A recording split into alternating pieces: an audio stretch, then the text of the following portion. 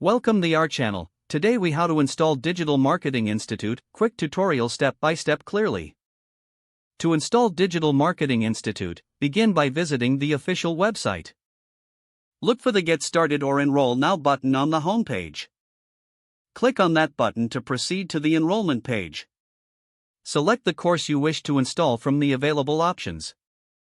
After selecting the course, review the details provided.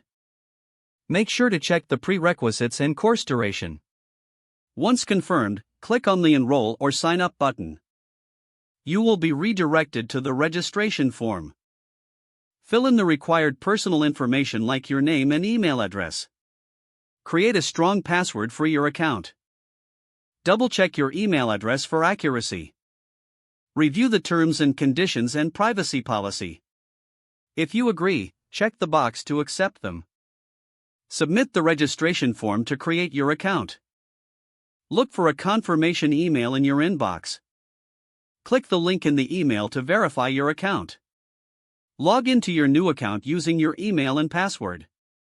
Navigate to your course dashboard.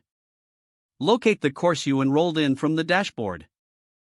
Click on the course title to access the course materials.